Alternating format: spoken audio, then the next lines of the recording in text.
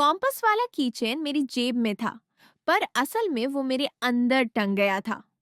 हर बार जब ऑफिस की हवा मुझे घुमाने लगती, मैं उंगलियों से उसे छूकर खुद को याद दिलाती, दिशा मेरी है।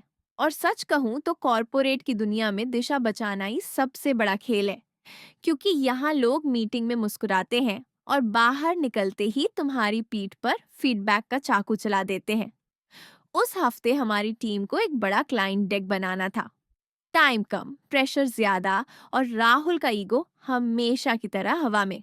मैनेजर ने कहा, Gauri will handle the data insight section. और राहुल ने तुरंत बोल दिया, are you sure? It's critical. उसकी आवाज में चिंता नहीं, कब्जा था। मेरे अंदर का देसी खून उबल गया, पर मैंने चेहरे पर ठंडा पानी डालकर कहा, yes, I can handle it.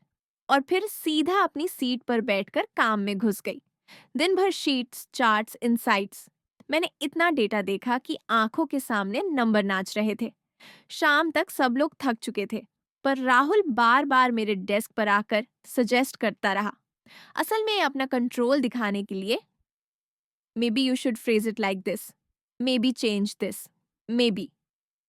मैंने आखिरकार मुस्कुराकर बोला, राहुल धन्यवाद, लेकिन मैं कहानी के साथ एक सम्मान रखूंगा। If you have a specific error, point it out. वो एक पल को चुप हुआ। साली विनम्रता भी कभी कभी थप्पड़ लगती है। फिर बोला, okay, do it your way, और चला गया। उसी पल मुझे लगा, मैं सिर्फ काम नहीं सीख रही, मैं अपनी जगह बनाना भी सीख रही हूँ। रात को घर पहुंची तो मीरा ने मेरी हालत देखकर कहा, ओए, तू तो मरी पड़ी है। मैंने बिस्तर पर गिरते हुए कहा, कॉर्पोरेट ने आज मेरी आत्मा का एक्सेल शीट बना दिया। मीरा हंसी, चल अर्जुन को बोल दे, वो तुझे चार्जर लगा देगा। मैंने आंखें घुमाई, चार्जर नहीं है वो। पर सच ये था कि उसके मैसेज आते ही मन सच में चार्ज हो जाता था। मैंने अर्जुन को कॉल किया, यार आज बहुत थक गई। उधर से उसकी आवाज आई, नरम, जैसे कोई ठंडी पट्टी। कहाँ हो? छत पर आ सकती हो? मैं समझ गई, वो बात करने का बहाना नहीं, सांस लेने की जगह बनाना चाहता है। मैं छत पर गई तो शहर नीचे चमक रहा था और ऊपर हवा में हल्का सा सन्नाटा।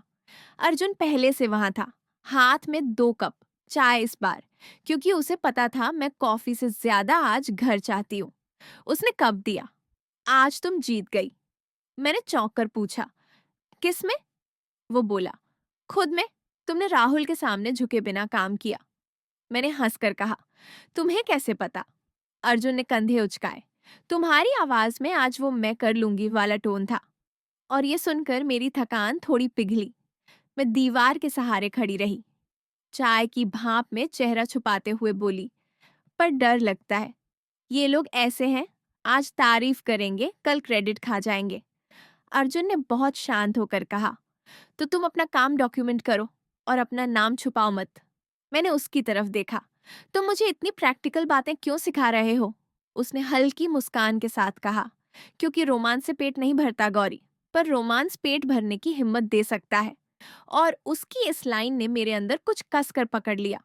उसी वक्त पापा का कॉल आ गया, कमबख्त टाइमिंग। मैंने उठाया, हाँ पापा।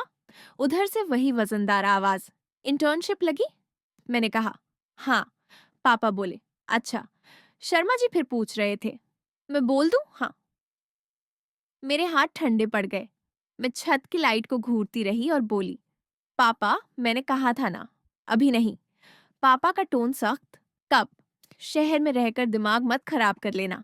मेरे गले में गुस्सा भर गया, पर मैं चिल्लाई नहीं। मैंने बस साफ कहा, पापा मेरा दिमाग खराब नहीं है, मैं बस अपनी जिंदगी अपने तरीके से बनाना चाहती हूँ। उधर से एक झटका सा सन्नाटा। फिर पापा ने कहा, ठीक है, पर याद रख, हम भी तुम्हारे अपने हैं। और कॉल कट। मैं कुछ सेकंड वहीं खड़ी रह गई, आंखें सूखी पर छाती भारी। अर्जुन ने कुछ नहीं पूछा, बस मेरे पास आकर खड़ा हो गया। बहुत पास नहीं, बस इतना कि मैं अकेली न लगूं। फिर उसने धीरे से कहा, तुम्हें गिल्ट मत होने देना। मैंने फुसफुसाकर कहा, गांव में मना करना पाप बना देते हैं। अर्जुन बोला, और शहर में खुद को खो देना पाप है। फिर उसने मेरी तरफ देखा, तुम दोनों के बीच फंसी हो, पर तुम गलत नहीं हो। मुझे अचानक रोना आया। पर मैं रोई नहीं। मैंने बस चाय का कप नीचे रखा और कहा, कभी कभी मन करता है सब छोड़ दूं, फिर सोचती हूँ छोड़ दिया तो फिर। अर्जुन ने बहुत धीमे से मेरी उंगलियों को छुआ, बस उंगलियों की नोक, और बोला, फिर तुम खुद को नहीं माफ करोगी। उसकी उंगलियां गर्म थीं और मेरी उंगलियां ठंडी। उस कॉन्ट्रास्ट में मुझे सुकून मिला। हवा तेज हुई, मेरे बाल उड़कर चेहरे पर आ गए। उसने बहुत धीरे से वो लॉट साइड की, वही पुराना जेस्चर, और इस बार उसकी उंगलियां मेरे गाल को हल्का सा छू गईं। मेरा सांस रुक गया और उसने भी जैसे एक पल के लिए खुद को रोका। हम दोनों एकदम चुप। पास के किसी घर से धीमा गाना आ रहा था और शहर की लाइटें हमारी आंखों में अटक गईं। अर्जुन ने मेरी आंखों में देखते हुए कहा, गौरी, अगर कभी तुम चाहो कि मैं रुक जाऊं, मैं रुक जाऊंगा। मैंने बिना सोचे बोल दिया। और अगर मैं चाहूं कि तुम पास रहो, ये बोलते ही मैं खुद को गाली देना चाहती थी। साली, क्या बोल दिया। पर अर्जुन की आंखें नरम हो गईं। उसने बहुत धीरे से कहा, तो मैं पास ही हूं। और फिर बस एक सेकंड। उसने मेरे माथे पर हल्का सा किस किया, जैसे किसी प्रार्थना की मोहर। कोई जल्दबाजी नहीं, कोई भूख नहीं, बस अपनापन। मेरा पूरा शरीर गर्म हो गया और मैं पीछे नहीं हटी, क्योंकि ये डराने वाला नहीं था। ये वो था जो मुझे मजबूत बनाता है। कुछ पल बाद मैंने खुद को संभाल कर कहा, कल डेस्क सबमिट है, सोना भी है। अर्जुन ने हंसकर कहा, हाँ मैडम कॉर्पोरेट। फिर धीरे से जोड़ा, और गौरी, तुम जिस दिन अपनी मेहनत पर गर्व करती हो ना, मुझे तुमसे प्यार और बढ़ जाता है। मैं आंखें घुमाकर बोली, बहुत बोलता है तू। पर मेरे चेहरे पर मुस्कान थी। नीचे उतरते वक्त मैं समझ गई, कॉर्पोरेट में लोग मेरी परीक्षा लेंगे, घर वाले मेरी सीमाएं तय करना चाहेंगे, और दिल अपना हक मांगेगा। लेकिन आज पहली बार मुझे लगा, मैं इन तीनों के बीच कुचल नहीं रही, मैं इनके बीच रास्ता बना रही हूँ।